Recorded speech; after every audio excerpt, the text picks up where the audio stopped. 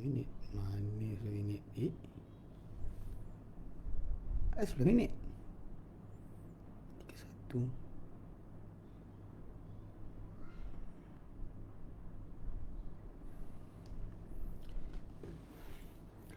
Baik.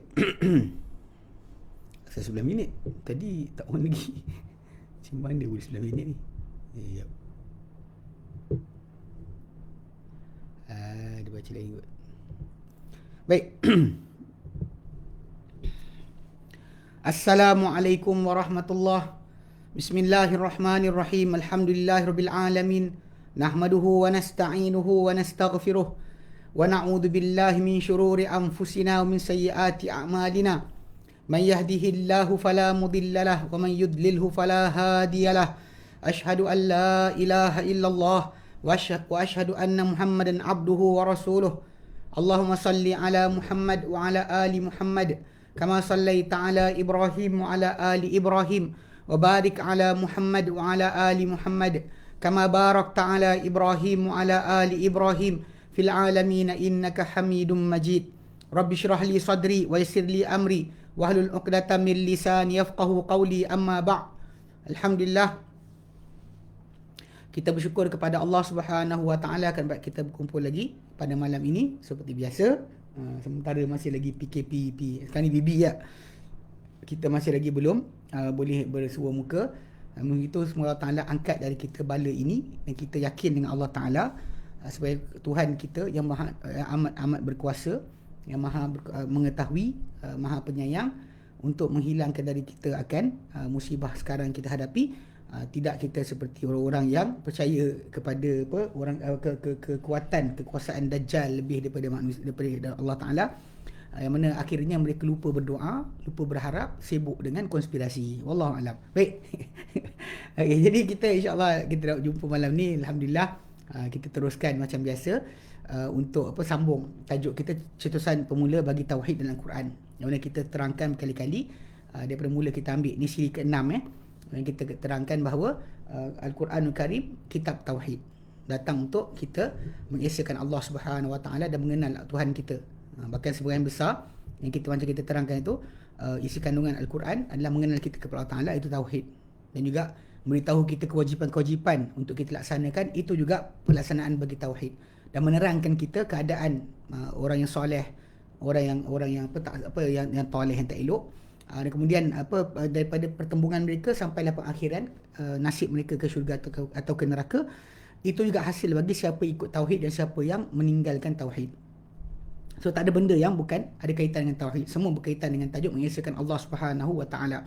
Duduk mana pun kedudukan, kepada Allah Taala lah kita sebenarnya dituntut untuk melihat perkara ni. Baik.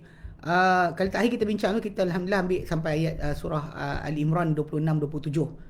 Yang berkaitan dengan tajuk masalah peletakan siapa yang berkuasa, siapa yang mulia, siapa yang hina, siapa yang diangkat, siapa yang dijatuhkan. Semua adalah milik Allah Ta'ala sebenar-benarnya. Tak ada siapa yang berkuasa kecuali Allah SWT. So sebab tu kalau kita naik pemimpin ke, jatuh pemimpin ke, tidak kita hiraukan berkenaan dengan keadaan tersebut. Kalau kita tak suka dengan orang tersebut, kita doa, ya Allah baikilah dia, suruh Allah Ta'ala jadikan dia lebih baik daripada sepatutnya. Ataupun kita minta Allah Ta'ala untuk jadikan kita terselamat daripada cubaan atau dugaan yang muncul daripada pemimpin yang sedemikian. Doa kepada Allah Ta'ala. Kita tak ada hubungan masalah orang tersebut nak bertukar tu kerja Allah Ta'ala. Hatta nak terlingkup ke, Allah Ta'ala punya kerja. Nak jadi dia baik pun Allah Ta'ala punya kerja. Sebab Nabi SAW sendiri telah buktikan kepada kita dalam sejarah hidup baginda SAW, pernah orang yang menjadi musuh baginda yang paling dahsyat, paling keras menentang baginda SAW, akhirnya menjadi orang yang paling kuat menolong dan membantu baginda SAW dalam dakwah. Ini adalah benda yang kita panggil berlaku dengan jelas. Macam contoh Khalid bin Walid, Amr bin As, kan. Semua sekali itu antara penentang Nabi SAW. Abu Sufyan, anak-anak dia, semua sekali adalah asalnya penentang baginda SAW, tapi menjadi Abu Jundah bin Suhail bin Amr yang menentang Nabi SAW, tapi akhirnya mengakui kenabian baginda dan menjadi pembantu paling kuat untuk Islam. So itu bukan kerja kita. Manusia yang bertaubat, nak jadi baik, jadi jahat, bukan kerja kita. Tapi kerja kita mengingatkan yang jahat tu jahat, yang baik tu baik, cakap. Kita tak usah diam. Jangan kita mendiamkan diri untuk amar ma'ruf nahi munkar. Kan kalau orang tu bodoh, kita kata bagi tahu dia bodoh, kan, supaya dia tahu dia bodoh, supaya dia betulkan kefahaman dia. Kalau dia kata dia sesat, kita kata dia sesat, bukan kita biarkan dia macam tu. Supaya contoh macam orang tengok kan, dia bagus, cakap sedap kan, jadi sekali orang lupa sebenarnya dia tengah sesat. Kita tak bagi tahu orang dia sesat, maka orang ingatkan dia bagus. Ini sangat bahaya.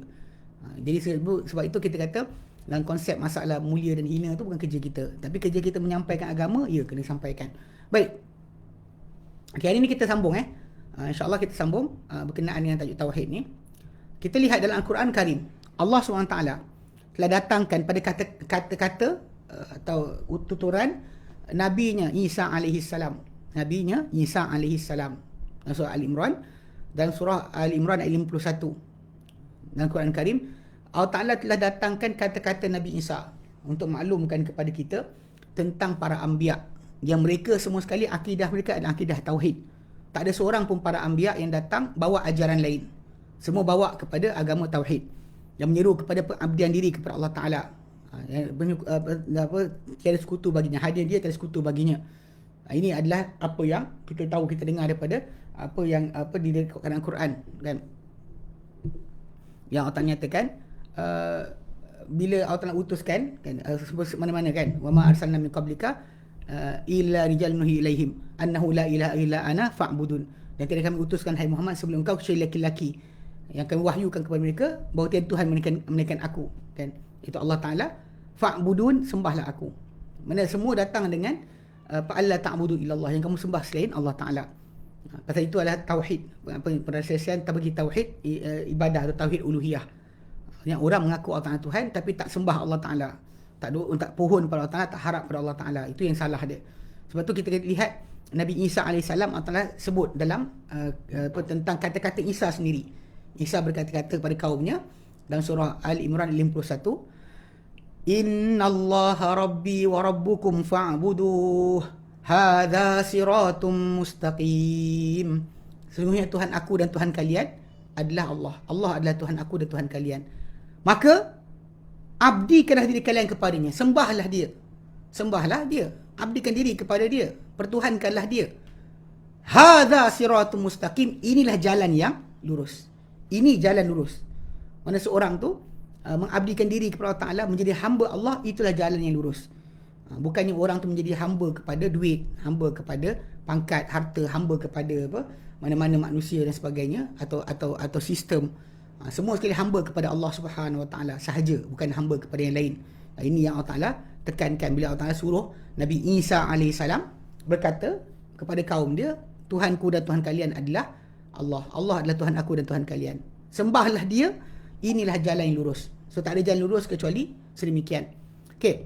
Dan Nabi Muhammad SAW sendiri, kan, disuruh dalam ayat 64. Pasal kita tengok pada tajuk tauhid, kisah-kisah banyak, tapi kita tumpu pada bahagian tauhid saja, tauhid ataupun pengesaan Allah Subhanahu Wa Taala.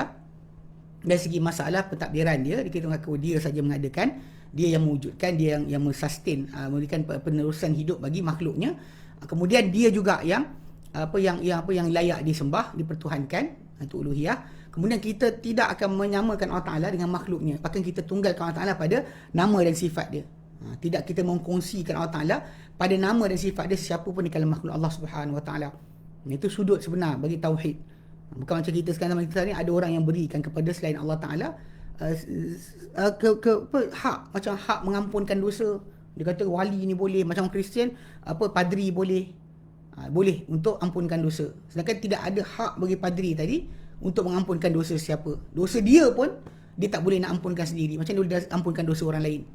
Ini satu konsep yang berlainan lah. Dan masyarakat kita pun ada lah orang yang lihat pada wali-wali ni yang boleh menghancurkan dosa-dosa yang ada pada seorang. Ini semua adalah salah. Sebab orang tu berikan kepada selain Allah Ta'ala ciri-ciri khas milik Allah. Ini pasal ciri khas tu milik Allah, bukan milik yang lain. Itu sebab kita kata ini adalah syirik. Ini adalah kesyirikan yang berlaku, mengkongsikan dengan Allah Ta'ala sesuatu yang bukan hak untuk kita kongsikan kepada yang lain. Okey. So dia kata kat sini, dia kata Nabi Muhammad SAW sendiri pada ayat 64 mengajak, kan, pasal apa yang Isa cakap pada ayat 51, kan, Tuhan aku, Tuhan kamu adalah Allah, maka sembahlah dia. Inilah jalan yang lurus. Ini jalan yang lurus. Maka bila kita lihat pada sebutan tersebut, Nabi SAW sendiri disuruh untuk mengajak kepada ahli kitab dengan Yahudi Nasrani untuk datang balik kepada usul yang sama yang diajak oleh Nabi Isa AS. Allah Ta'ala nyatakan ayat 64 surah Al-Imran, A'udzubillahi minasyaitonirrajim. Qul ya ahlal kitab.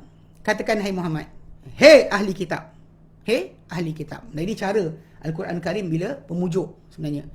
Kita sebut panggil orang tu dengan nilai yang baik yang ada pada dia. Macam bila Allah kata ya Bani Israel, hey anak-anak Yaqub. Anak-anak Israel itu anak Yaqub. Itu pun pujukan. Tapi bila Allah Ta'ala herdik ataupun cela mereka, Allah Ta'ala akan panggil Yahudi atau Nasrani.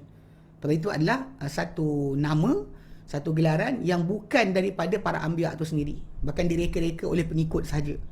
Yang nama kita sekarang lah, yang Nabi tak pernah reka kan, bukan tarikat. Tapi orang kita duk ikut tarikat. Yang kita kata tak ada pun Nabi ajar kita ikut tarikat mana kan. Ikut dah tarikat ini, tarikat itu kan. Para sahabat Nabi tak bertarikat. Tiba-tiba datang dua orang pergi tarikat ni, tarikat tu. Semua sekali ni ada ajaran yang salah. Macam tu berlaku pada orang sebelum kita pun terikut sama, cuba menisbahkan diri kita bukan kepada Islam, bukan kepada sunnah, tapi nisbah diri kita kepada apa-apa selain dari itu. Kalau kita kata kita nisbah kita pada sunnah, memang Nabi SAW sendiri suruh kita berpegang sunnah. Dan para sahabat Nabi SAW dahulu ataupun para tabi'in selepas mereka juga berbangga untuk dinisbah kepada sunnah. Nisbah sunnah. Bahkan bila kita balik kepada diri kita untuk mengikuti salaf, pun itu adalah apa yang Nabi suruh kita buat. Nabi suruh kita buat.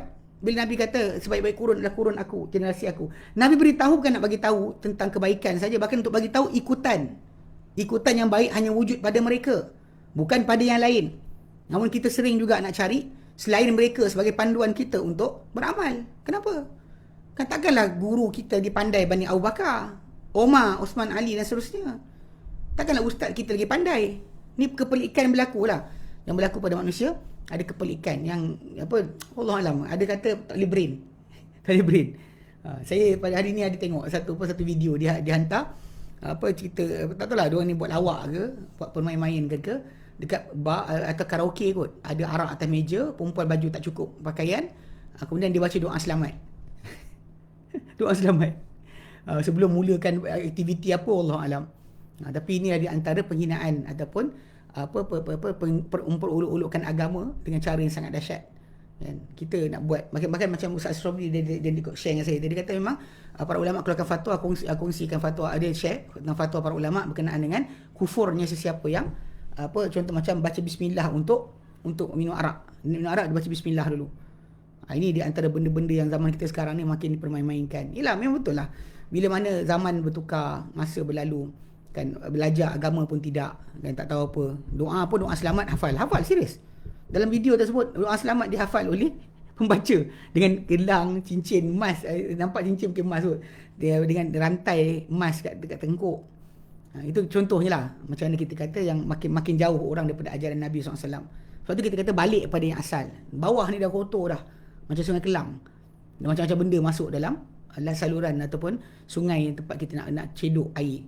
Jadi cara terbaik kita untuk dapatkan kebaikan semula, patah balik kepada ulu. Balik pada Ulu Kelang. Pergi tengok kat situ sungai, air dia bersih. Tidak seperti kawasan bawah ni yang semua kilang-kilang dah, masukkan macam-macam, pampers ada, bangkai anjing ada, bangkai orang pun ada, masuk dalam sungai.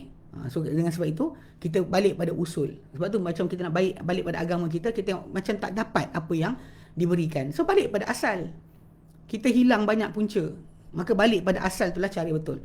Jadi, Nabi SAW disuruh untuk kata, ya ahlul kitab, hey ahlul kitab, ta'alau ila kalimatin sawa'im bainana wa bainakum. Marilah kepada satu kalimah. Satu kata-kata yang sama antara kami dan kamu. Yang ia adalah satu benda yang serupa antara kami dan kamu. Allah na'budu illallah. Janganlah kita sembah kecuali Allah. Jangan kami sembah, jangan kamu sembah kecuali Allah Ta'ala. Wala nusyika bihi syai'a. Dan tidak kita sekutukan dengan Allah Ta'ala satu benda pun. Wala yattakhidha ba'duna ba'dan arbaba min dunillah.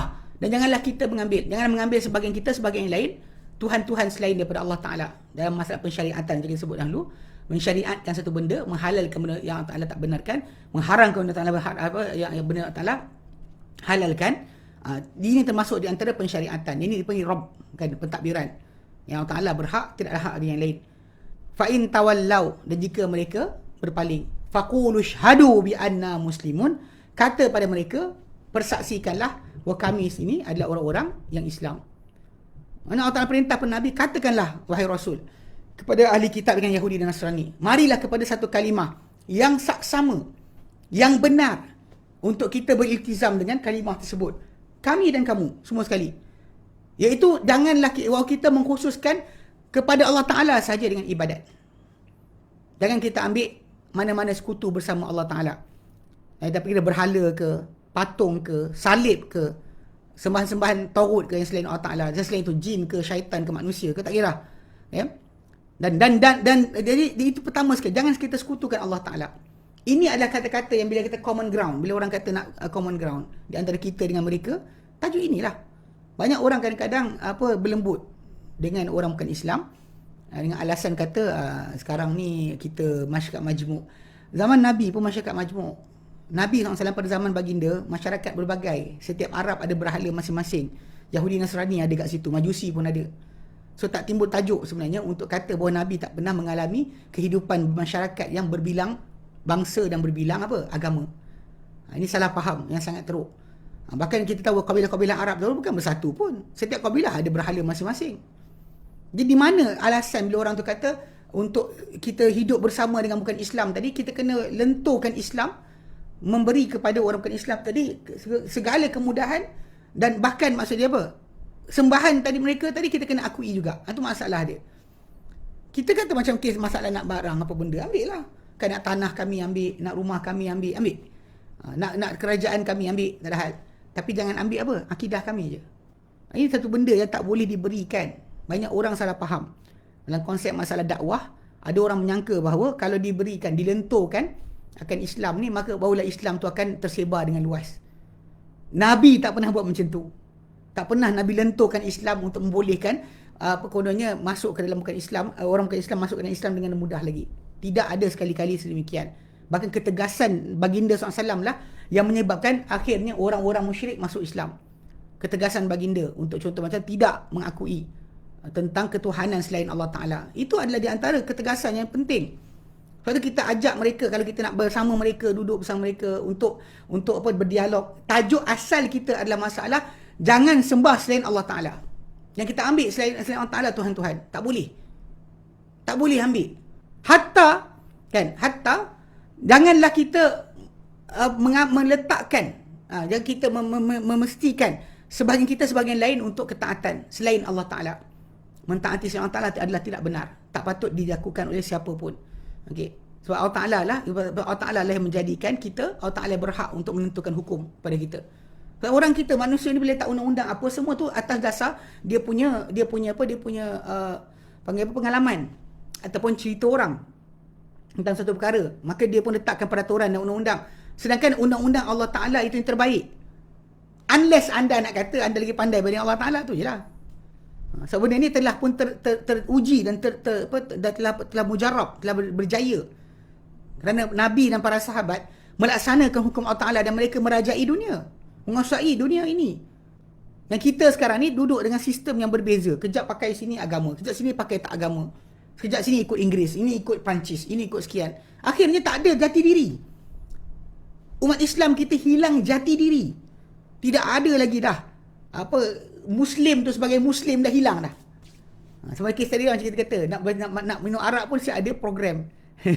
Program baca apa? Ada video tadi. Saya macam malas nak tunjuk pasal perempuan pakai baju tak cukup. Tapi tak tunjuk kan, tuan-tuan tak faham. Sekejap. Tunjuk mana entah. Tahulah. Hei.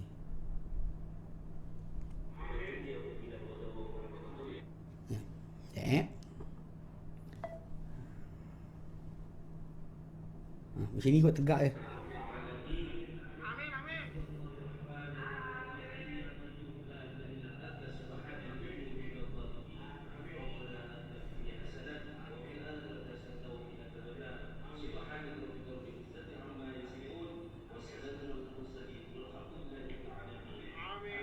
Oh, suara tak dengar Macam mana buat suara lah?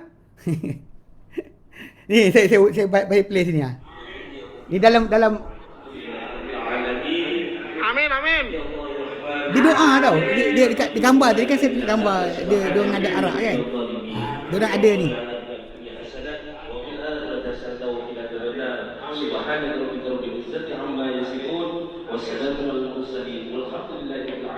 Amin. Ni contoh lah. Hafal doa. Yang masa kecil-kecil ni duduk surau kan, biasa. Tapi pasal bid'ah banyak sangat, tak pernah tahu apa benda yang dia buat. Dia boleh nak baca doa untuk minum arak dulu. Doa selamat. Rabbana atina fid dunya hasanah lagi. Nak ceritakan macam mana kita kata jati diri dah hilang. Semua Islam kita, agama kita ada kan. Kita Allah Ta'ala berikan kita kemuliaan dengan Islam. Kenapa kita tak ada rasa cemburu terhadap agama kita dan kita boleh buat perangai macam tu? Tapi kita tak pelik lah sebab kita tak tahu ni siap ada apa keraian bukan Islam pun kita akui. Macam mana kita nak jati diri tu ada? Benda haram kita kata haram, halal tak kata halal. Bahkan macam disebutkan dalam ayat tadi kan, wala yattakhidhu ba'duna ba'dan arbaba min dunillah. Yang mengambil sebahagian kita sebahagian lain tuhan-tuhan selain Allah Taala dalam mensyariatkan benda halal atau haram. Mana boleh akan ada. Kalau seorang tu dia ada perangai macam tu kan, dia ada apa panggil apa kedudukan. Contohnya macam saya sebut tadi, dia lihat apa dia nampak cantik halal, apa dia nampak buruk haram. Walaupun Allah Taala dah kata haram atau halal, tidak Allah Taala turunkan halal dan haram, tapi dia orang boleh lagi main-main. Dia apa peliknya? Kalau kita boleh main-main pada bahagian lain, dan timbullah muncul kumpulan yang pergi baca doa selamat sebelum minum arak, sebelum berkaraoke dengan maksiat. Macam mana kita nak cakap apa? Macam kita nak jati diri tak ada. Kita asyik tentok tengkuk je tiap kali datang musim perayaan kafe, kita kena raikan. Kenapa? Awak dah hilang jati diri ke? Dah tak ada dah agama Allah Ta'ala beri pada kamu. Sampaikan lupakan berkenaan apa Nabi buat. Ini masalah yang paling besar sebenarnya. Dan kalau mereka jika mereka berpaling daripada seruan ini, tak nak pada seruan yang baik ini, itu seruan supaya jangan sembah selain Allah Ta'ala kan? Dan jangan sekutukan bersama Allah Ta'ala satu benda pun. Jangan mengambil sebagian kita sebagian lain sebarang Tuhan, sebarang orang yang untuk mensyariatkan hukum. Dan kita patuh unless kepatuhan tadi kerana Allah Ta'ala. Kalau mereka tak nak, faqala, maka katalah pada mereka, faqul lahum ayyuhal mu'minun, wahai beriman, kata pada mereka, ishhadu alaina bi anna muslimun, bahawa kami ini orang Islam. Bersaksikanlah kami orang Islam. Okey. Yang turut patuh kepada Tuhan kami dengan pengabdian diri dan keikhlasan dan dakwah kepada risalah tauhid. Kita memang ini ciri-ciri kita. Umat Islam kita tidak ada sebarang lari daripada situ. Dan memang kita kata, sebab tu kita kata daripada ciri ketuhanan Allah Ta'ala yang mutlak, yang kesempurnaan yang mutlak daripada semua sudut adalah tidak kurang, tidak akan kurang padanya satu bentuk pun yang mewajibkan kita untuk mengabdikan diri ataupun patuh pada selain Allah Ta'ala. Pasal Allah Ta'ala ada kesempurnaan yang cukup untuk dijadikan Tuhan. Maka pengagungan, pemuliaan, takut, bimbang, harap kepada Allah Ta'ala itulah yang paling besar. Tidak kepada yang selain Allah Ta'ala. Sebab Allah Ta'ala dia memiliki sifat ketuhanan yang tertinggi. Kenapa kita boleh lagi ada rasa sangsi untuk mematuhi perintah dia? Itu tak sepatut berlaku lah. Tak patut berlaku. Pasal Allah Ta'ala sempurna. Yang lain mana-mana orang ni cakap, ustaz ni cakap, syekh ni cakap, dia bukannya Allah Ta'ala untuk kita jadikan. Kalau dia balik kita kepada Allah Ta'ala, ya. Tapi kalau dia kata saya rasa, barangkali boleh jadi kot-kot agaknya, jadi macam ni, rasanya tak apa, untuk maslahah, dia cakap itu kan, dia masalah. Ini kena jaga sikit. Ini benda-benda yang penting. Sebab Allah Ta'ala, perintah Allah Ta'ala kena kita fahami dan juga kita ikuti. Bukan kita ikut dengan macam tadi yang halal diharamkan, haram dihalalkan. Kan? Dan ni kadang-kadang kita lihat benda-benda macam ni dah jadi makin trend. Kan? Terutama punca dia sebab kita sendiri pun tak pernah ada jati diri dalam diri kita tentang Islam. Hatta geng-geng contoh macam orang-orang yang sesat di kalangan ahli teori konspirasi, dia ambil sumber daripada kafir untuk apply kepada Islam. Nak memahami dalil, kena ambil daripada orang kafir. Ini kepelikan jugalah. Dia tak ada dalam diri jati diri untuk memastikan benda berkenaan daripada Islam. Kalau kafir tu dia ambil, menondong ambil. Apa saya tengok ada seorang tu, dia sanggup ambil daripada ustaz-ustaz yang ajak bid'ah, dia ambil tak kisah. Lepas tu seorang tu bangga dengan Ramzan Kadyrov, Chechnya punya presiden. yang membunuh orang Islam dengan ramainya. Tiba-tiba dia bangga dengan orang macam tu. Astagfirullahalazim. Ini pelik lah. Banyak orang yang sesat di kalangan manusia ni, yang dia bila nak dapatkan apa, tak kira dari siapa, asalkan, macam saya cerita kan, asalkan benda tu dapat sokong fahaman dia. Macam ni jumpa kat Yaman kan, saya kata apa, ada orang ikut Tun Mahathir datang melawat Yaman, kemudian bila dia ni daripada Jabatan Agama Islam mana saya tak ingat, tapi datang-datang dia tanya kami pelajar-pelajar mana nak beli buku lawan Wahabi. Saya pun katalah ada kedai macam tu, tapi kedai Syiah, boleh ke? Boleh tak kisah, yang penting ada je. Yang penting ada je. Sumber tak kisah, Syiah cakap pun naci, pembohong penipu cakap pun naci, tepuk tangan. Macam ada baru ni kan, ada seorang orang yang sesat teori konspirasi, dia ambil dia ambil Siti Siti Kasim ke perempuan mana satu tahu untuk jadikan sebagai lawyer mempertahankan diri dia. Auzubillah minasyaitan. Jadi kita kata manusia ni bersama siapa yang dia sayang dunia akhirat. Kalau dia sayang orang macam tu, insya-Allah bersama dengan orang macam itulah hari akhirat nanti. Ini benda akan berlaku. Dan kita tak jaga siapa kita berkawan, sampai akhirat nanti akan jadi. Kan? Al-mar'u ala dini khalilihi. Manusia ni atas agama, kan, teman rapat dia. Orang diberikan sayang dan juga ketaatan. Fanzur, maka lihatlah al-mar'u man yukhalil. Siapakah dia jadikan sebagai teman rapat. So awak berteman rapat dengan siapa? Kalau berteman rapat dengan ulama, kan, dengan orang ahli sunnah, dan awak dapatlah benda yang sama. Kalau anda kata awak berteman rapat dengan orang yang kafir, awak bersama dengan mereka lah. Sebab tu Nabi kata dalam hadis Sahih Muslim, kata apa? La tusahib illa mu'min. Yang kamu bersahabat rapat kecuali dengan orang beriman. Wala yakul ta'amaka illa taqi. Jangan makan makanan kamu kecuali orang yang bertakwa. Tumpukan itu dahulu. Kalau lebih, barulah kita salurkan kepada yang lain. Tapi kalau dia kata ada orang bertakwa yang tak makan, maka tumpu pada orang itu dahulu sebelum yang lain. Sebab itu lebih benefit kepada dunia akhirat. Adapun kepada orang yang yang tak ada nilai tentang akidah ni, dia akan sibuklah beruang kutub lah, beruang sekian lah, sibuk berkenaan ikan lah, sekian. Dia tak sibukkan berkenaan dengan Allah Subhanahu Taala punya kehendak. Baik. Okey, dan dalam sebahagian ayat apa yang kita baca, kerana Allah Taala beritahu kepada kita tentang tajuk tauhid ni penting. Sebab apa? Sebab kalau kita lihat dalam surah An-Nisa, surah Al-Imran ayat 129. 129. Yang mana dalam 129 Asia Jalil. Dia sama je. Geng-geng yang sesat sama je. Dia bersama siapa anda berteman rapat. Al-maru ala dini khalilihi. Seorang manusia tu di atas agama orang teman rapat dia. Kalau dia teman rapat dengan Asia Jalil ke, geng-geng suka maki Nabi, cela Nabi, maka dia bersama orang tersebut, insya-Allah dunia akhirat. Kita kadang-kadang macam sebutlah, kita nak doa keburukan pada manusia, tak patut. Tapi bila dah macam tu tanda, macam nampak najis tu kotor, busuk, kita kena kata busuk lah. Takkan nak kata tak busuk pula. Kita kena kata benda busuk tu busuk, benda wangi tu wangi.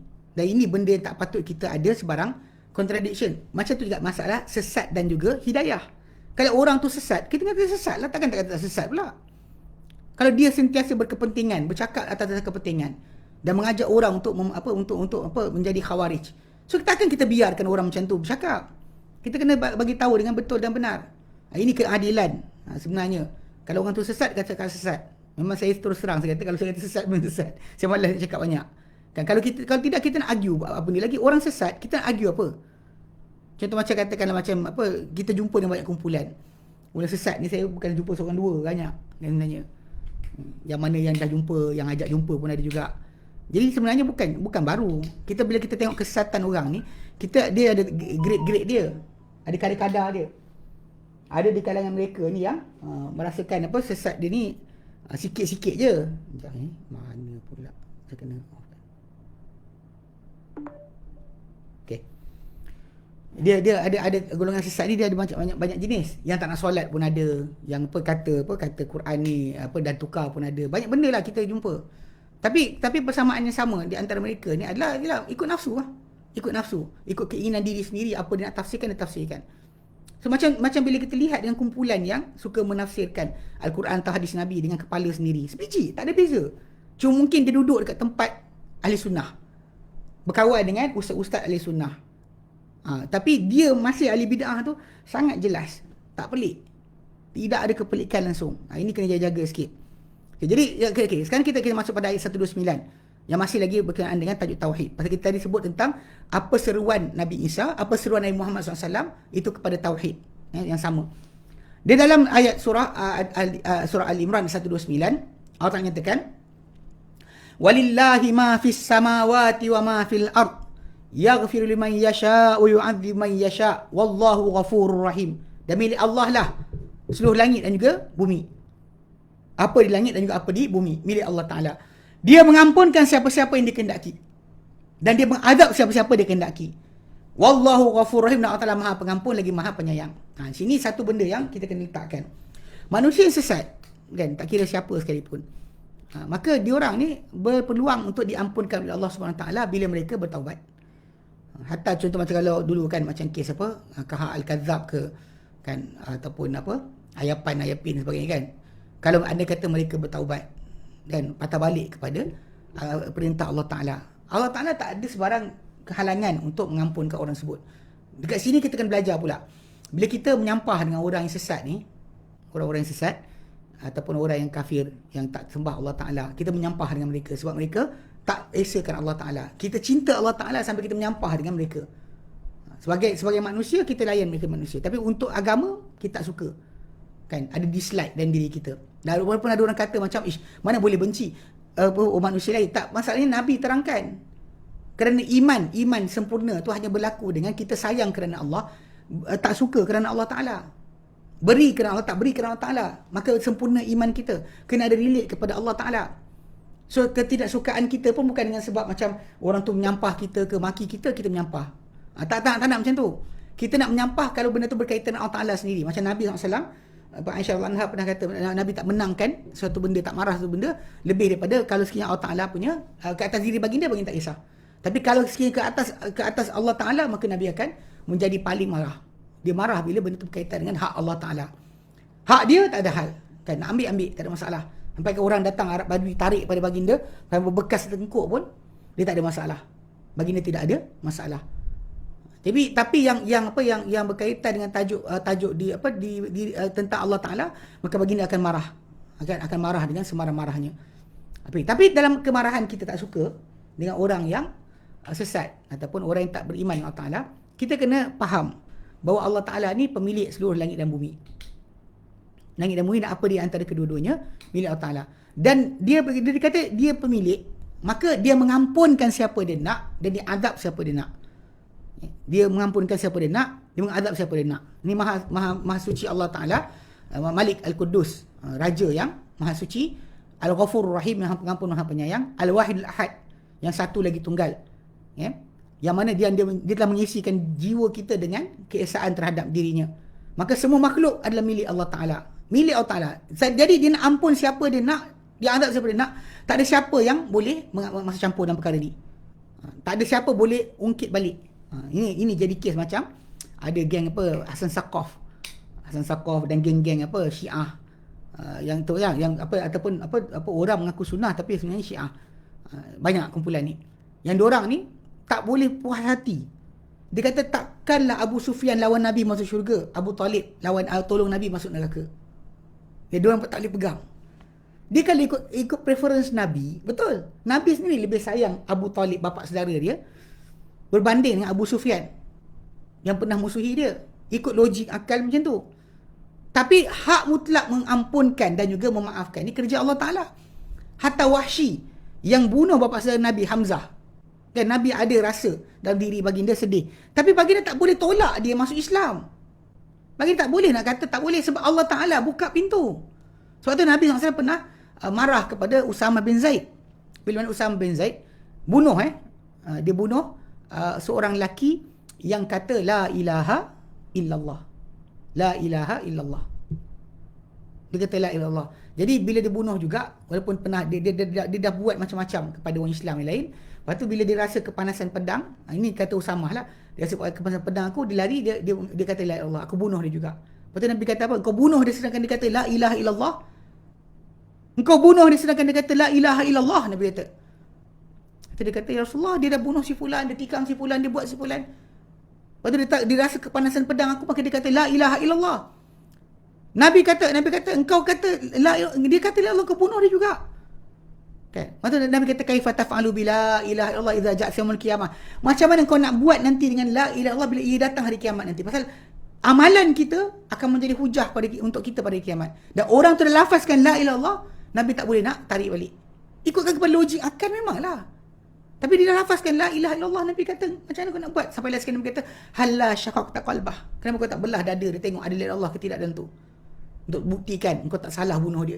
Dia kat sini tajuk dia sebab kita tak boleh pakai kita punya logik akal untuk perkara tersebut.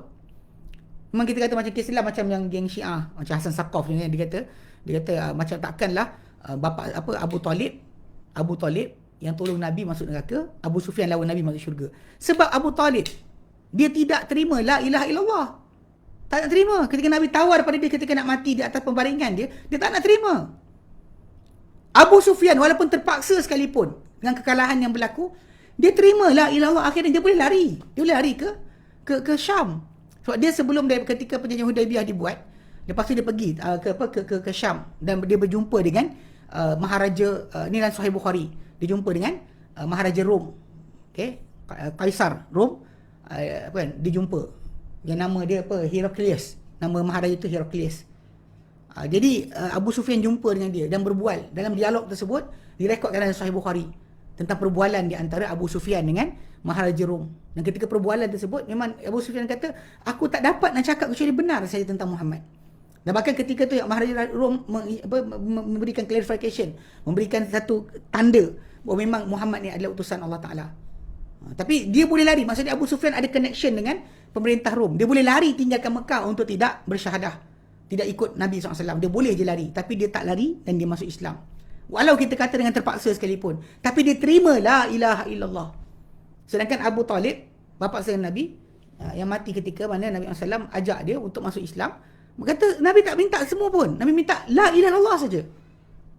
Dia kata, ya ammi qul la ilaha illallah. Kata la ilaha illallah je, aku hujah untuk engkau dengannya di hadapan Allah Ta'ala nanti. Tapi bapa saudara dia berakhir dengan aku di atas agama Abdul Muttalib. Dan dia mati di atas itu. Dekat sini kita dapat fahamkan, kena fahamkan betul-betul. Sebab milik Allah Ta'ala untuk menghukum atau mengampunkan adalah milik mutlak Allah Ta'ala. Tidak diberikan kepada siapa-siapa. Tidak kepada Nabi, tidak kepada malaikat untuk masuk campur dalam hal ehwal pengampunan dan juga pengazaban.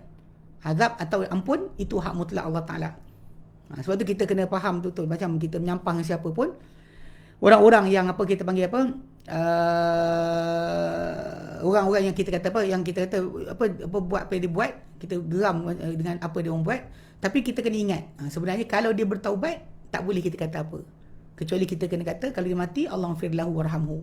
Macam orang yang bunuh dekat Christchurch, New Zealand kan, yang dibunuh orang solat Jumaat, dia bunuh beramai-ramai tu di New Zealand kan. So bila pembunuhan tu dibuat, katakanlah hari ni atau esok lusa tu dia bertaubat. Dia kata asyhadu an la ilaha illallah wa asyhadu anni rasulullah. Kita sebagai Muslim yang ahli sunnah lah, kalau bid'ah tak tahulah, ahli sunnah kita kena terima dia. Masalah masalah penghakiman tu tajuk lain. Tapi kalau dia mati, tetap kita kena kata Allahumma ighfir lahu warhamhu wa'afihi wa'fu anhu. Ini pasal hak mutlak mengampunkan, hak mutlak mengazab milik Allah Ta'ala sepenuhnya. Tak boleh kita letak kat tangan kita.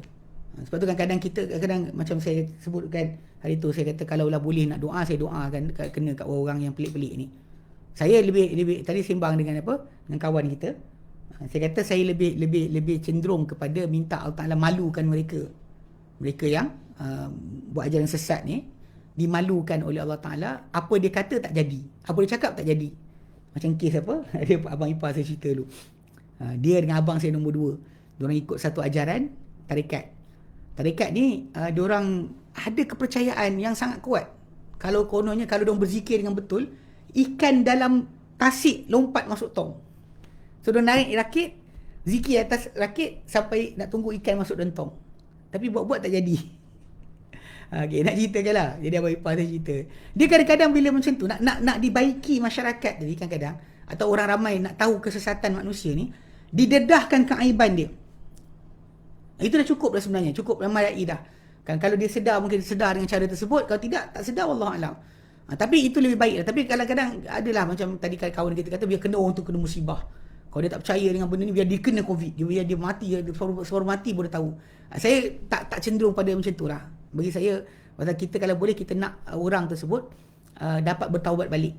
Lebih baik daripada dia masuk kena musibah dan terus kufur dan sebagainya lah. Ada kita nampak dalam sejarah banyak orang yang dia asalnya ikut sunnah, tiba-tiba kena aksiden dan sebagainya, dan sekali jadi ahli bid'ah. Itu ada berlaku.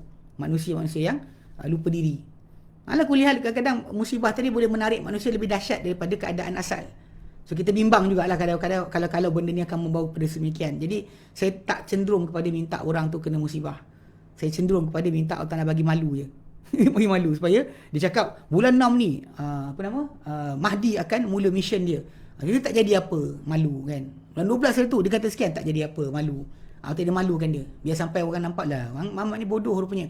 Jadi alhamdulillah akhirnya mungkin dia pun rasa bodoh dan dia akan bertaubat. Allah alam. Okey. Baik. Okey, seterusnya jadi dia kata asas tauhid ni, yang kita sebenarnya ambil, yang kita pegang ni, sebenarnya bila kita diajak untuk tauhid oleh Nabi Isa AS dengan kata-katanya kepada kaum dia, dan oleh Nabi Muhammad sendiri ketika ajakkan kepada ahli kitab supaya kembali kepada tauhid. Sebenarnya asas tauhid ni adalah tujuan dia untuk menjadikan seorang mukmin tu manusia yang merdeka. Merdeka. Yang mempunyai kehendak yang bebas.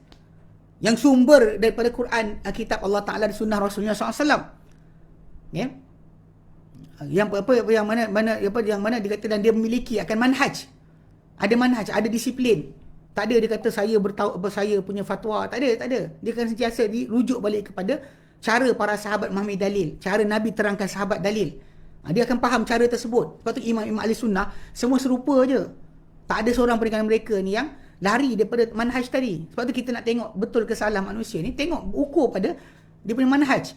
Manhaj ni masuk pada semua sudut. Pada bab fiqah, kalau orang tu dia tak belajar kan manhaj yang betul, benda khilaf dia kata bid'ah. Benda khilaf dia berkeras untuk kata benda tu bid'ah. Ini orang sesat. Ni ada seorang ustaz saya tengok perangai dia pergi masuk asal ahli bid'ah, jadi ahli sunnah.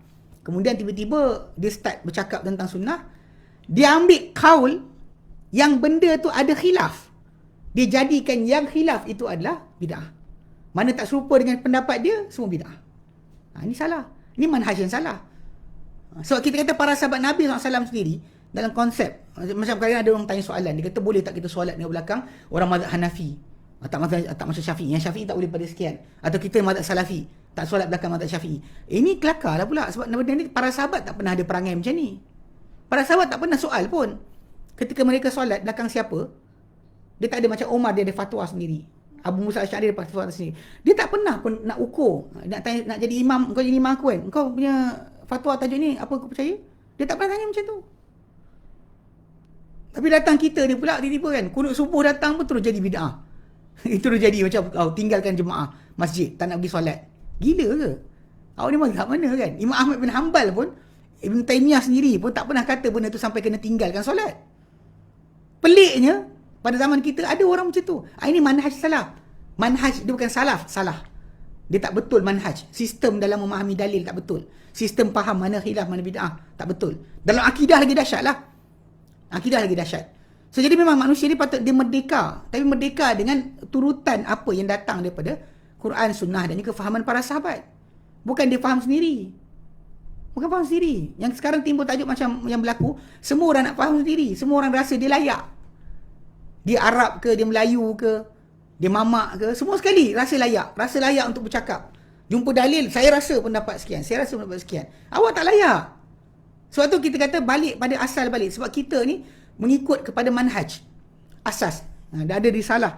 Dan ditaklifkan dengan penyampaian pada agama. Agama ni kepada apa? Kepada semua manusia. Dan Rasul adalah orang yang pertama buat. Kita kena ikut yang sama. Kerana ini, Allah Ta'ala larang kita. Datang ayat-ayat berikut ni yang kita nak bincangkan. Datang ayat-ayat yang melarang daripada mentaati orang kafir. Dalam masalah kehendak mereka. Okay? Dalam surah apa? Dalam surah ni. Dalam surah Al-Imran ni. Ayat 1, 49, 150, 151. 3 ayat kita ambil. Allah nyatakan a'udzubillahi minasyaitonir rajim. Masih lagi tajuk tauhid. Ya ayyuhalladzina amanu, hei orang-orang beriman, in tuti'ul ladzina kafaru yaruddukum ala aqabikum fatanqalibu khasirin. Jika kalian taati orang-orang kafir pada kehendak mereka, macam apa mereka nak, kamu buat, ikut cara mereka, ikut jalan mereka. Dalam masalah apa? Contoh macam cara kita bermuamalah dengan pemimpin, pemerintah. Diorang gunakan revolusi, kita pun buat revolusi. Diorang gunakan sekian, kita kekerasan, kita guna kekerasan. Diorang maki pemimpin, kita maki pemimpin kita. Ikut cara mereka. Dalam masalah sistem, kalau untuk kata macam sistem macam belajar ABC, belajar apa sains, ikut orang kafir, ini masalah benda yang terbuka bahasa dunia. Ada pun masalah agama, awak kena jaga-jaga sikit. Ini masalah apa kita kata dari ketaatan kepada cara kehidupan tadi. Diorang ikut akan orang kafir. Bila kita pelik lah. Jadi insyaAllah mungkin hari Sabtu ni ada tajuk khas berkenaan dengan nak lawan Dajjal tapi pun ikut Dajjal. Kami nanti insyaAllah saya dengan Ustaz Sobri akan ada apa bincangan tajuk tersebut. Berkenaan dengan tajuk orang nak lawan Dajjal tapi sebenarnya ikut sistem Dajjal. Dia ikut Dajjal punya cara. Bahkan macam saya kata sebutkan, kebanyakan mereka ni adalah serupa, sebiji macam Abdullah bin Sabah. Berjalan ke hulu kilir mengajak manusia untuk merosakkan hubungan manusia rakyat dengan pemerintah. Atas alasan dia pemerintah tak ikut Quran, tak ikut ajaran Nabi. Tapi sebenarnya yang dia ajak adalah supaya orang tadi memberontak kepada pemerintah. Memang ada seorang tu mengaku dah, dia kata ini Khawarij. Memang dia Khawarij pun. Bagi saya memang Khawarij pun. Jadi nak fahamkan sekarang. Dalam tajuk ni Allah Ta'ala kata, ya ayyuhalladzina amanu, hei orang beriman, in tuti'ul ladzina kafaru, jika kalian taat pada orang kafir, yaruddukum ala aqabikum, dia akan patah balikkan kamu pada pendirian kamu. Kamu akan patah balik. Mana asal kamu berada pada sunnah. Asal kamu berada pada manhaj para anbiya. Tapi dia akan patahkan balik kamu ke belakang. Fatanqalibu khasirin. Lantas kalian akan patah balik dalam keadaan rugi. Balillahu maulakum wa huwa khairun nasirin. Bahkan Allah lah Tuhan kalian. Mana kalau kita nak apa, minta Allah Ta'ala. Allah Ta'ala Tuhan kita. Wa huwa khairul nasirin, dia sebaik-baik pembantu. Tapi jangan pula kita buat kerja pula kan, kena musibah. Tak ada kita usahakan. Macam sakit tak nak makan ubat. Kita ya Allah saja. Tak boleh macam tu. Nabi sendiri berubat. Nabi masuk perang pakai baju besi. Mana perbuatan persiapan itu dikatakan sebagai ketaatan kepada perintah Allah Ta'ala. Macam Allah nyatakan wa'iddu lahum mastata'tum min quwwatin, persiap sedialah diri kamu untuk menghadapi musuh kamu dengan apa-apa yang kamu berupaya daripada kekuatan. Nabi Allah Ta'ala suruh, bukan berhadapan musuh serah dada je. Nak mati tak mati terpulang kepada Allah Ta'ala. Itu bukan Islam. Itu bukan Islam. Itu bezanya Islam yang diajar oleh Nabi SAW dengan Islam rekaan ataupun Islam yang dibayang-bayangkan oleh orang yang jahil. Allah kata sanulqi fi qulubil ladina kafaru ru'ba. Kamu jangan ikut mereka. Bahkan kami akan campakkan dalam hati orang kafir tu kegerunan. Bima asyraku billah, dengan sebab mereka menyekutukan diri mereka dengan Allah Ta'ala. Mau penyekutuan terhadap Allah Ta'ala. Malam yunazzil bihi sultana, apa Allah tak turunkan dengannya sebarang autoriti. Wa ma'wahumun nar, dan tempat kembali mereka adalah neraka. Wa bi'saz zalimin, dan itulah seburuk-buruk tempat kembali orang yang zalim. Allah Ta'ala peringatkan dalam ayat ni 149 sampai 151 berkenaan tajuk Tauhid. Dan bila kita sudah Tauhid kepada Allah Ta'ala, maka akan timbul masalah apa permintaan atau kehendak daripada orang bukan Islam atau orang kafir terhadap kita. Allah Ta'ala peringatkan hamba-hamba yang beriman daripada mentaati orang kafir dan orang munafik. Kerana ketaatan kepada orang kafir dan munafik ni mendatangkan akan kehinaan atau kebinasaan di dunia dan di akhirat. Kerana Allah Ta'ala nyatakan dalam firman-Nya, in tuti'ul ladzina kafaru yaruddukum ala aqabikum fatanqalibu khasirin. Kalau kamu taati orang-orang kafir, maka dia akan kembalikan kalian kepada pendirian kalian ke belakang. Lalu kalian akan berpatah balik dalam keadaan rugi. Kemudian Allah Ta'ala perintahkan mereka untuk mentaati Allah Ta'ala dan memberikan taat setia dan juga meminta pertolongan dengan Allah Ta'ala sendiri, bertawakal kepada dia dengan mengatakan balillahu maulakum, bahkan Allah lah Tuhan kamu yang sebenar. Kenapa kita sibukkan berkenaan orang kafir tadi? Kita sibukkan dengan Allah Ta'ala lah. Takut kenapa dengan mereka? Tapi yang peliknya kadang-kadang ada orang baca ayat ni dengan satu pemahaman yang lain.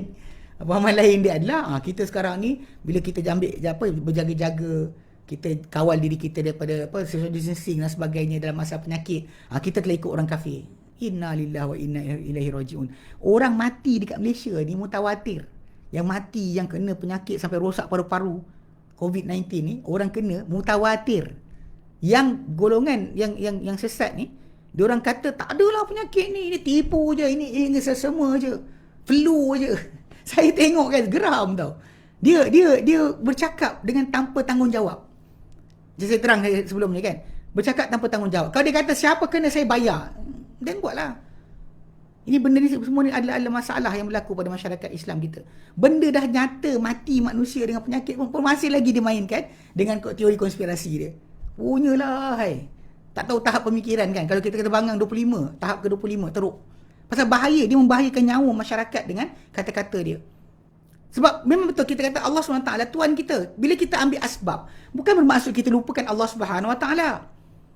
Macam Nabi masuk perang, Nabi pakai baju besi, topi besi Nabi ada. Atau dah pakai topi besi pun kena panah juga. Nabi dah pakai ada baju, peralatan perang tu Nabi pakai. Nabi ada baju besi lah. Mana dia masuk perang dengan serah badan macam tu saja. So, mengambil asbab itu adalah ketaatan. Tawakal itu adalah akidah iman kita. Itu sepatutnya berlaku. Kita buat dua-dua sekali. Tak pernah disuruh ambil satu saja. Kalau lapar kita, makan. Bukan kita diam tengok makan kan. Kenapa lapar? Buat apa? Lapar. Makanlah. Dahaga minumlah air. Ini sepatutnya kita ada. Pasal Allah Ta'ala tak pernah suruh kita. Hatta kalau kita dalam Quran Karim, macam tajuk tawakal kita bincangkan dahulu. Bila mana Allah Ta'ala nak suruh kepada Musa AS, laut terbelah. Tongkat yang dia ada tu, apa sangatlah nilai untuk belahkan lautan? Tongkat Musa ada, apa nilai dia banding lautan yang besar? Tapi Allah Ta'ala suruh juga Musa ketuk tongkat tu untuk bagi laut terbelah. Asbab kena buat. Hatta Nabi SAW sendiri sampai kan, untuk sampai ke Sidratul Muntaha, untuk sampai kepada Allah Ta'ala untuk menerima solat pada malam Isra' dan Mi'raj.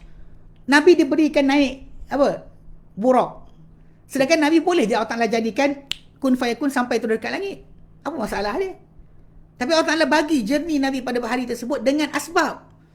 Naik kenderaan baru bergerak. Walaupun kita kata Allah Ta'ala boleh je kun, maka sampai Nabi ke Sidratul Muntaha. Tapi Nabi tak dijadikan semikian. Demikiannya kisah Maryam goncang pokok. Nabi Ayub suruh hentak kaki. Apa sangatlah orang sakit menghentakkan kaki punya kesan. Ini panggil asbab. Awak kena ambil asbab untuk mempertahankan diri awak daripada penyakit. Ambil asbab. Ini bukan ketaatan pada orang kafir. Ini kesilapan yang besar. Bila seorang Muslim yang tak tahu agama bercakap tentang agama, ini masalah dia. Ini yang kita kata ruwaibidah. Orang-orang bodoh yang bercakap tentang agama merosakkan akan agama. Sampailah sekali benda ni satu jadi polemik. Seolah orang Islam ni tadi tidak berfikir sebelum bercakap, tidak berfikir sebelum bertindak. Sedangkan dalam Islam semua sekali datang dengan aturan juga untuk kita berfikir. Bukannya suruh datang kita menonong duduk diam je tunggu. Tak apalah nak kena-kena. Ini tak ada. Sebab tu Allah Ta'ala kata balillahu maulakum. Manakala kalian takut sangat mereka, ketahuilah jangan taat mereka. Dan Allah lah Tuhan kalian. Wa huwa khairun nasirin, dia lah sebaik-baik pembantu. Kemudian Allah Ta'ala berikan berita gembira dalam sebutan tentang tajuk kita berhadapan dengan orang kafir ni, atau orang yang tak nak beriman dengan Allah Ta'ala. Allah Ta'ala beri berita gembira bahawa dia akan lemparkan dalam hati musuh-musuh mereka ketakutan terhadap mereka dan kehinaan di hadapan mereka dengan sebab kekufuran mereka dan kesyirikan mereka. Sebab tu kenapa benda ni antara perkara yang cuba dibuat oleh media antarabangsa atas sebahagian daripada orang Islam yang sesat, cuba tutup berkenaan masalah jihad. Kita kata macam tajuk jihad ni ada benda benar. Dalam agama Islam kita, jihad ini tertegak sampai kiamat. Dan Nabi berjihad, pergi masuk perang. Hanya orang sufi saja tak ikut apa yang Nabi ajar. Macam bahkan dahulu ketika zaman Salahuddin Al-Ayyubi, dia punya kempen untuk mengambil alih semula Baitul Maqdis. Dia masuk ke masjid-masjid, golongan sufi halau dia. Kata kacau daripada berzikir. Ini memang berlaku. Ini sejarah. Siapa yang nak tahu cerita orang sufi buat apa, tu masalah. Sebab tu bila kita tengok dalam kisah banyak para ulama sebenarnya macam tak bersetuju sikit tentang kitab Ihya Ulumuddin ketika Imam Ghazali tengah keadaan dia berfalsafah tu. Kitab tu tidak ada bab kitab jihad. Bab perang tak ada.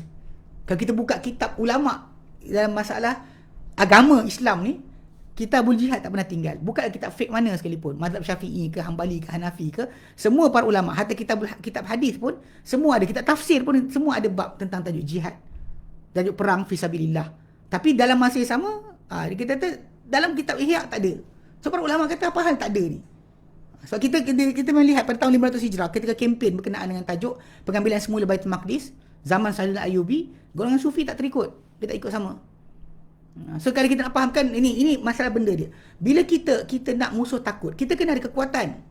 Dan kita kena ingat masalah sebut jihad ni, ia adalah berkaitan tajuk masalah adanya pemimpin Muslim yang memerintah kita, yang mengajak kepada jihad.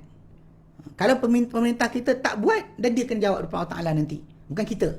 Tapi kalau kita pula bersedia, mungkin banyaklah kawan-kawan kita lihat rakan-rakan kita berlari-lari pusing-pusing 10 km dalam 1 jam. Lepas tu ada main skipping ustaz-ustaz kita. Mungkin untuk persiapan berjihad kan. Mana-mana yang rasa badan lemah longlai tu, bersiap sedialah kan. Actually kita ada niat untuk itu. Lepas tu Nabi kata malam yaghzu, barang siapa tak berperang, walam yuhaddis nafsahu bil ghazwi, tak pernah cerita pada diri dia, bercakap pada diri untuk pergi perang, ma ta'ala syu'batin min nifaq, dia mati dalam satu cabang kemunafikan. Tapi bukan kita jadi macam ikut tentera Mahdi pelik-pelik ni. Kita ada kerajaan kita bergerak dengan kerajaan. Sebab tu ada beza masalah jihad dalam Islam dengan perang fitnah. Macam ISIS kan, dia berperang dengan sama Muslim. Dia bukan perang dengan orang kafir. Itu bukan jihad. Itu perang fitnah. Maka tak boleh seorang tu kata dia berhak untuk rampas harta ke, laksanakan hudud ke. Dia bukan bergerak di atas nama jihad. Jihad mesti berlaku dengan pemimpin Muslim. Perang dengan orang kafir, bukan dengan orang Islam. Ali bin Abi Talib ketika mana perang Siffin, perang Jamal, dia tak pernah gembira, dia sedih, menangis. Dia sedih lepas daripada kejadian tu, dia sedih, dia menangis. Perang Siffin, perang Jamal, perang sama Muslim, dan dia tak buat apa yang dibuat dalam perang dan jihad. Itu tak rampas harta dan dia tak jadikan hamba. Sebab tu geng-geng Khawarij marah dengan Ali. Dia kata Ali tak ikut perintah Tuhan. Ali tak rampas harta orang yang perang dengan dia, dan Ali yang kalah dengan dia, dan Ali tidak tangkap musuh dalam peperangan tu sebagai hamba. Ini masalah timbul. Sebab para sahabat diorang ada ukuran mana jihad, mana bukan jihad. Mana perang dipanggil perang fitnah, mana perang dipanggil perang jihad. Jadi kadang-kadang orang kafir memang saja bagikan kita keliru masalah jihad ni tadi. Saya bahkan ada di kalangan pemimpin Malaysia pun, saya pernah dengar bekas-bekas pemimpin jadi pemimpin, betul jadi bekas balik. Dia kata untuk menjenayahkan perang. Tapi kempen jenayahkan perang ni tadi dibuat pada umat Islam. Dijual pada umat Islam. Perang ni adalah jenayah. Tapi dia tak buat kempen ni kepada orang kafir. Pada orang kafir yang di China ke, pada kafir di Myanmar ke, dia tak buat kempen tersebut. Dia tak buat kempen berkaitan perang ni adalah jenayah. Tapi dia buat kempen kepada umat Islam kita. Ni pelik jugalah. Dia cuba untuk konon guna kempen tadi supaya redakan umat Islam daripada mempertahankan diri. Ini kena jaga sikit. Ini kena jaga. Sebab ni kita faham. Allah Ta'ala berikan janji bahawa dia akan lemparkan dalam hati musuh-musuh orang beriman rasa gerun, rasa takut, rasa hina dengan sebab kekufuran dan kesyirikan mereka, berserta dengan apa Allah Ta'ala simpankan untuk mereka pada kiamat nanti pada azab yang besar. Maka Allah Ta'ala kata, sanulki fi qulubil ladina kafaru ru'ba bima asyraku billah ma lam yunzil bihi sultana. Akan lemparkan dalam hati orang-orang yang kufur, orang kafir akan rasa gerun dengan sebab mereka menyekutukan terhadap Allah Ta'ala apa yang tidak Allah Ta'ala turunkan dengannya sebarang autoriti. Wa ma'wahumun nar, dan tempat kembali mereka akhirat nanti adalah neraka. Wa bi'sa maswaz zalimin, dan dia seburuk-buruk tempat kembali orang yang zalim. Telah sabit dalam hadis Nabi SAW, Nabi terangkan tentang masalah kegerunan, ketakutan yang musuh akan rasakan sebelum datang tentera Islam. Telah sabit dalam sahih dalam Bukhari Muslim dari Jabir bin Abdullah radhiyallahu anhu, Rasulullah SAW telah bersabda. Nabi kata, "U'titu khamsan lam yu'ta hunna ahadun minal anbiya'i qabli." Diberikan aku 5 perkara yang tidak diberikan sesiapa pun di kalangan para anbiya sebelumku. Nusirtu birru'bi masirata syahrin. Aku dibantu dengan rasa gerun dalam tempoh perjalanan sebulan. Sebulan lagi nak berlaku peperangan, musuh dah ketakutan. Ini yang orang kafir tak nak berlaku balik pada mereka. Mereka takut, sebab tu diorang berusaha untuk kata jihad ni tak boleh ada dan sebagainya. Kita kata jihad, pemimpin kita, kalau Agong kata, Perdana Menteri kita kata jom pergi jihad, kita pergi jihad. Tapi dengan mereka saja kita boleh jihad. Jihad ni tak boleh buat sendiri, bukan buat secara gerila. Zaman Nabi hidup pun sallallahu alaihi wasallam, baginda semua tentera yang keluar dengan arahan baginda. Nabi tak suruh keluar, diorang takkan keluar. Diorang takkan keluar suka hati mereka. Bahkan dalam peperangan pun, bila macam Ibnu Umar dalam perang Uhud, tak dibenarkan hadir kerana umur dia bawah daripada 15 tahun. Nabi tak bagi. Bukan dia suka hati je buat. Balik-balik dah. Tapi Nabi tak bagi dia masuk. Kemudian apa yang lain, dan kisah yang lain, macam seorang lelaki dalam peperangan Badar, seorang lelaki dia kena musyrik, datang nak ikut serta peperangan, nak masuk sekali tentera. Nabi kata, engkau bersyahadah ke? Tuhan menekan Allah, Muhammad Rasulullah. Dia kata tidak. Nabi kata, aku takkan minta tolong dengan seorang orang kafir. Nabi tak tolong. Orang kata, tapi ketika nak datang ke Madinah, Nabi gunakan guider, tukang bawa arah daripada orang musyrik. Ya, betul. Ketika masalah terdesak, babi pun halal. Faham sikitlah. Bila terdesak, babi pun halal. Benda yang haram jadi halal ketika terdesak, macam kes ketika hijrah ke Habsyah. Itu bukan masalah, satu clarification dalam Islam untuk kita mengangkat pemimpin kafir. Bahkan itu adalah keadaan ketika umat Islam tertekan. Maka boleh untuk mereka jadi macam tu. Adapun sekarang ni kita di Malaysia, pemimpin kita yang ada, agung kita Muslim, tentera kita Muslim, polis kita Muslim, kenapa nak ambil orang kafir untuk menjadi pemimpin kita? Pelik betul lah. Tak faham. Ala kulihat, baca balik. Dia kata, aku dibantu dengan perasaan gerun dalam tempoh sebulan. Mana sebulan sebelum peperangan berlaku, musuh dah ketakutan. Waju'ilat liyal ardu masjidan wa tahura. Dijadikan untukku bumi ni seluruhnya sebagai masjid, ini tempat solat dan juga alat bersuci. Mana-mana siapa sampai waktu solatlah. Tak perlu hiraukan. Tak perlu tunggu ada sejadah, tak perlu sekian. Tak ada di najis, solat. Sepatutnya macam tu. Wa huilat liyal ghanaimu. Dihalal untuk aku harta rampasan perang. Pasal sebelum Nabi SAW tak dihalalkan. Bahkan dulu dinamakan harta rampasan perang sebagai spoil of war. Spoil of war. Tahu spoil, benda rosak daripada perang tadi, maka dibakar. Dahulunya bahkan sebahagian riwayat datang menceritakan bahawa lepas peperangan berlaku, lalu dikumpulkan harta-harta musuh, diletakkan di tengah padang, nanti datang api daripada langit, Allah Ta'ala hantar untuk bakar harta tersebut. Ini sebelum Nabi SAW tak dihalalkan harta rampasan perang. Mungkin Allah Alam kerana untuk menjaga niat orang yang pergi perang bukan cari harta, tapi mencari redha Allah Subhanahu Wa Ta'ala. Mungkin untuk jaga Allah. Tapi yang pentingnya, sebelum Nabi SAW tak halal langsung, spoil of war buang. Hatta Musa ketika mana patung anak lembu tu dicampak ke dalam laut. Dia tak ada pun leburkan balik, pecah-pecah jual. Tak ada. Dia buang. Emas tau, patung tu emas. Tapi dibuang oleh Musa AS. Wa utitu syafa'ata. Diberikan aku asy-syafa'ah. Diberikan aku akan syafa'ah. Syafa'ah kubra, yang mana digerakkan semua manusia untuk pengadilan bila Nabi dah sujud di bawah arash.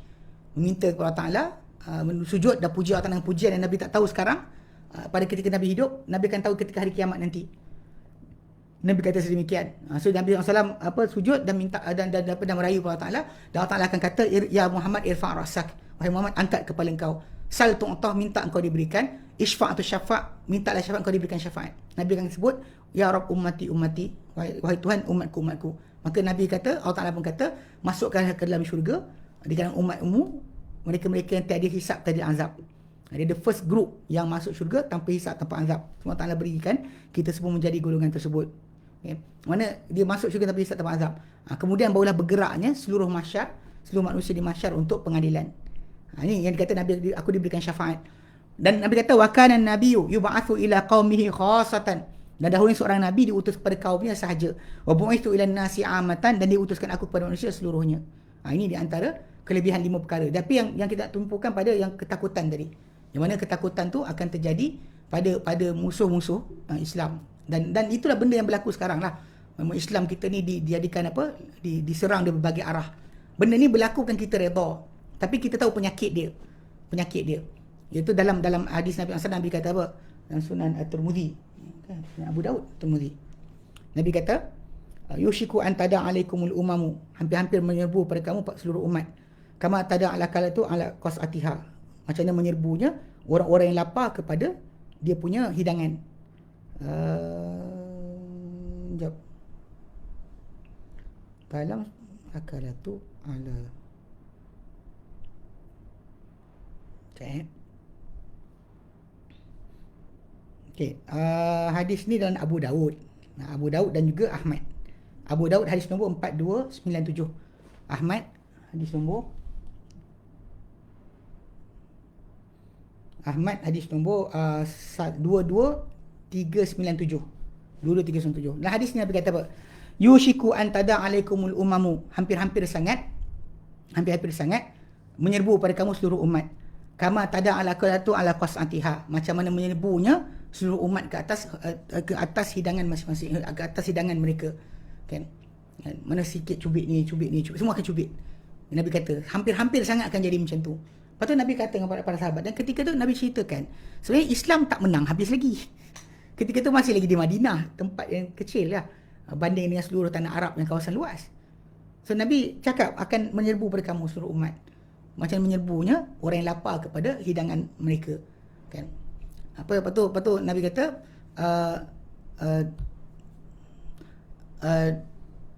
okey, dia kata Nabi kata, lepas tu para sahabat tanya, dia kata aumil qillatina yaumil nahlu ya Rasulullah. Adakah dia tak, Nabi sebut je ni, menyebut pada hidangan masing-masing kamu. Wala yanzi'anallahu min qulubi adukum al-mahabbata minkum. Dan Allah Ta'ala akan campakkan, akan tarik daripada hati musuh kamu rasa gerun terhadap kamu. Allah Ta'ala akan campakkan dalam hati kamu al-wahan. Kan? Pasal apa, kerana sikitnya kami pada hari berkenaan, para sahabat tanya, dia berkata tak, antum kasir, walakin aku rusak isail, tapi kalian ni macam buih banjir. Nabi sebut banjir ni sebab orang tanah Arab bila turun air daripada atas bukit, datang tu dia sekali dengan buih-buih. Bila kena air tu dengan pasir-pasir tanah tu akan jadi buih. So Nabi kata macam buih banjir. Allah Ta'ala akan cabut dari hati musuh kamu kegerunan pada kamu. Allah Ta'ala akan campak dari hati kamu al-wahan. Dia actually wahnun tu maksud dia beban. Tapi para sahabat tanya apa wahan itu? Rasulullah kata al-wahnu hubbud dunya wa karahatul maut. Cinta dunia, takut mati. Satu riwayat, cinta dunia, takut jihad.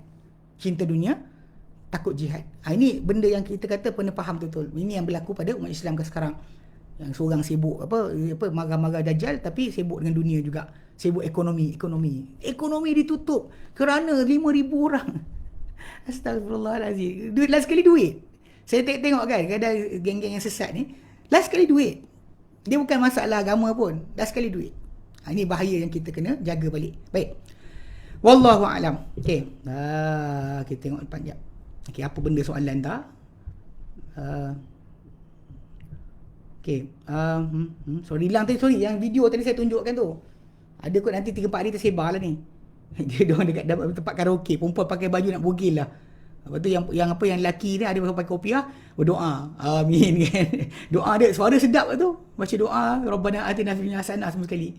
Okey, itu antara benda yang sekarang jadilah. Macam mana manusia ni tak ada jati diri, asyik sibuk, semua boleh, semuanya nak untuk tujuan dakwah, last sekali habis jahanam. Okey. Soalan, kenapa negara kita walau dah terbukti kumpulan yang mengamalkan ajaran sesat tapi susah nak didakwa? Siap mereka boleh ancam untuk saman badan-badan agama pula. Okey, dia macam ni. Dia pertama sekali dia ajaran sesat dekat Malaysia ni ada dua kategori. Kategori pertama yang sesat bodoh-bodoh, tak ada backup politik. Tak ada backup politik. Maka kumpulan ni diambil tindakan pun dan sebagainya, kadang-kadang adalah berdasar kepada maklumat dan sebagainya akan diambil lah, tapi dia impact dia tak besar. Kumpulan ni biasanya kumpulan yang kecil-kecil, dia tak ada sangat ramai pengikut. Kumpulan kedua ajaran sesat di Malaysia ni adalah ajaran sesat yang ada backup politik, ada ahli politik terlibat. Contoh macam dahulu Arkam, ada apa anak pada Timbalan Perdana Menteri terlibat sama tamrin apa antara orang ikut sekali. Ini kita terus terang cakap. Jadi bila kita sebut ajaran sesat ni, siapa belakang dia, siapa terlibat, macam geng-geng apa Yahana tu kan, dia dapat sokongan daripada UMNO kawasan Dato' Razak. Ni sebut direct sebut terus. Memang ada backup politik, maka dia akan dapat kekal. Siapa tak ada backup politik, dia akan cepat mudah lah diangkat, diangkut dan sebagainya. Tapi macam sistem kufur, dah tengok siapa dalam dia. Sistem kufur dalam dia ada anak bekas Perdana Menteri, ada orang besar terlibat. Macam G35, G40 benda tahu geng-geng tu kan. Semua bekas-bekas pejabat awam yang punyai jawatan yang besar. So bila ajaran sesat tu memang didokongi, ada belakang dia ada backup politik. Macam Qadiani dekat belah Kampung Nahuda. Dia ada backup politik. Dia bukan sangat backup politik, backup negara Cuit Qadiani dekat area Ulu Kelang kan, dekat area Kampung Nahuda tu. Kedutaan British akan datang tau. Dia kat dalam tu bukan ramai orang Melayu, ramai orang luar. Jadi kedutaan British akan datang campur. So basically bila ada ajaran sesat ni sedemikian, maka tindakan tak dapat diambil dengan mudah. Ada satu tu macam Syahri Yusof. Yang apa, Ma'rifatullah Tok Kenali. Yang tu dah isytihar sesat dah pun, tapi tak boleh angkut lagi. Saya jumpa dengan salah seorang orang daripada satu jabatan agama Islam, tak sebut mana. Saya tanya, ni kenapa tak angkut? Oh, payah pak cik. Dia pasal dia pangkat macam anak saudara saya. Dia kata payah pak cik. Saya kata apa? Dia kenal ramai orang. Dia cara dia bina, dia ada backup politik. So dia ambil tau, buku dia berhadiah pada Agong, hadiah pada Presiden PAS, hadiah pada Presiden UMNO, hadiah pada sekian, tangkap gambar. Last sekali orang takut nak buat apa-apa kat dia, hanya kerana gambar dia dengan orang tersebut. Pelik jugalah. Ini memang sesat, kumpulan sesat. Jadi memang kita kata di Malaysia ni, mana-mana kumpulan sesat yang ada backup politik, memang payah dia ambil tindakan. Polis pun tak bergerak. Saya sendiri sebagai pribadi, saya ingat waktu kumpulan Tarikat Bang Alawi, yang buat Yahanana sebagainya tu kan, yang kumpulan ni, saya dipanggil untuk pergi sekali dengan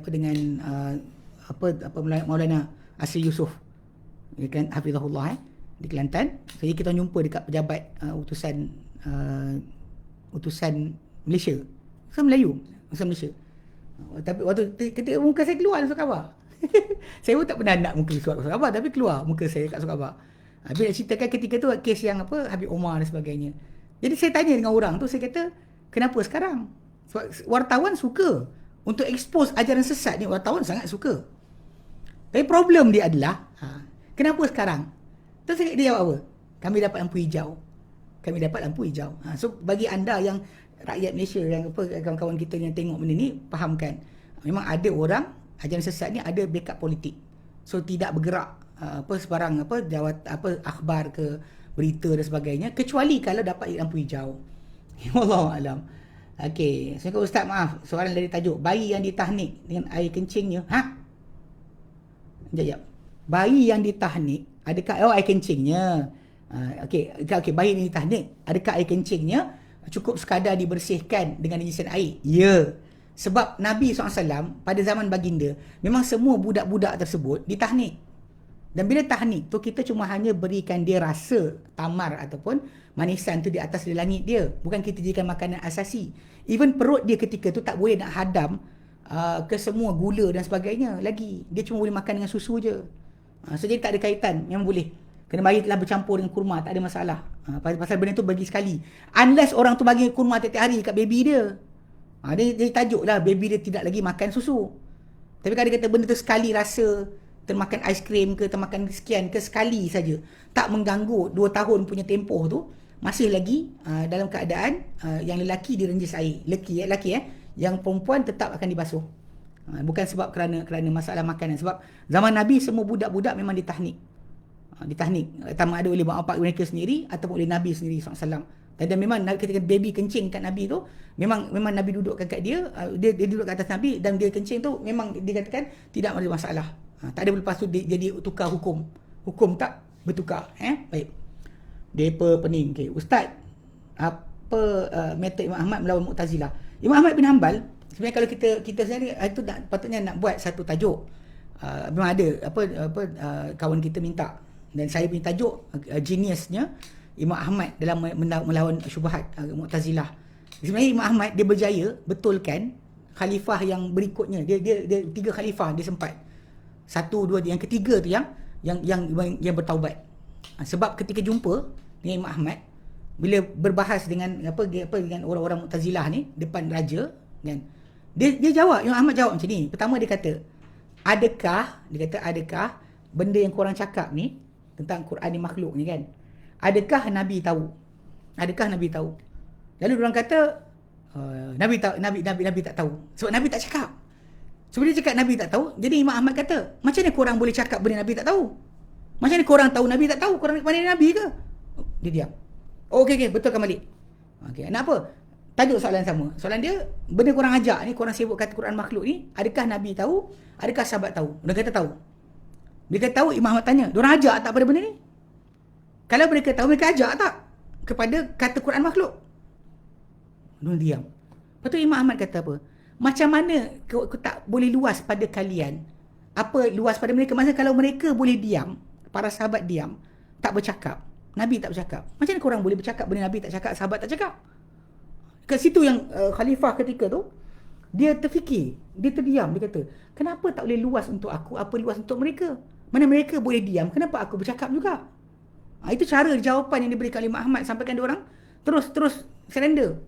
Itu contoh yang macam Nabi Imam Ahmad punya genius kan. Dia kata betul lah. Kalau Nabi tak ajak, korang ajak buat apa? Macam geng kata Allah tak ada tempat-tempat. Nabi tahu ke benda ni? Tanya soalan. Kalau dia kata Nabi tak tahu, kalau benda ni pun muncul lepas daripada ilmu kalam masuk dalam Islam. So soalan dia, Nabi tahu tak? Kalau dia kata tak tahu, macam mana korang tahu benda Nabi tak tahu? Kalau dia kata Nabi tahu, Nabi ajak tak? Nabi ada ajak. So kata macam ni. Tak ada. Yang macam mana boleh dua orang bercakap benda Nabi tak cakap? Ni tajuk dia. Okay, cara betul. Kita kata yang apa macam Imam Ahmad bin Hanbal betulkan. Okay, bagaimana asbab yang harus saya ambil ke atas anak yang kemurungan ustaz tak mau cakap atau peduli dengan keluarga? Okay, asbab dia macam ni. Saya cakap budak-budak ni umur berapa kena tengok juga. Kemudian masalah kawan dia siapa. Kita kali macam ni, kadang-kadang budak-budak ni zaman sekarang ni mak bapak dah terlepas pandang. Bahan bacaan mereka kita tak jaga. Banyak anak-anak yang masuk universiti zaman sekarang ni boleh kata persentage besar telah mula jadi agnostik. Tahu? Agnostik ni dia fahaman yang dia cakap tak percaya, tapi tidak juga percaya. Tentang Allah Ta'ala ke, dia kata bukanlah tak percaya tapi dia sentiasa datang kesangsian. So kalau sudut itu pun tak lepas, kita nak ajar dia. So basically kalau contoh macam kes macam orang kemurungan ni banyak sebab lah. Kemurungan kerana masalah perasaan ke hidup ke dan sebagainya. Cuma benda ni saya nasihatkan, ni tawaran lah. Kalau dia kata akak berminat, boleh datang buat temu janji di Al-Khadim, dan boleh jumpa dengan Ustaz Hussein untuk dinasihatkan, insya-Allah. Dia akan dia minta pada orang tua lah pengalaman. Ini tak ada bayaran, datang je, insya-Allah. Boleh datang mintakan khidmat nasihat, terutama untuk remaja. Pasal kita memang ada pengalaman dengan banyak remaja macam tu. Ada remaja yang mula PKP tu dia pasal pernah ambil drugs, dia jadi akal dia rosak sikit. Itu pun ada kita dengar. Okay. Jadi saya tawarkan kalau tu pergi berhubung dengan Al-Khadim, dan kemudian boleh minta temu janji supaya boleh jumpa dengan Ustaz Usini, dan buat ni lah temu janji. Terutama sekarang dah buka PKP balik, dah PKPB kan, bersyarat dan boleh berjumpa sebagainya. Saya nasihatkan bawa jumpa dengan cepat, insya-Allah. Kalau kita boleh tengok macam mana. Kita bukan nak setakat tahu punca, kita nak nasihatkan budak tu supaya jangan jadi sedemikian. Itu insya-Allah kita akan tolong, insya-Allah. Okey, baik. Nabi dapat berkata-kata dengan Allah Ta'ala di satu tahap, maknanya atas tu ada air. Mana ada air? Nabi tak sebut air. Abang ni kan ketuk kepala tau. Bila kita kata Nabi cerita apa nampak, Nabi cerita apa nampak, kan habislah. Nabi tak cerita ada air.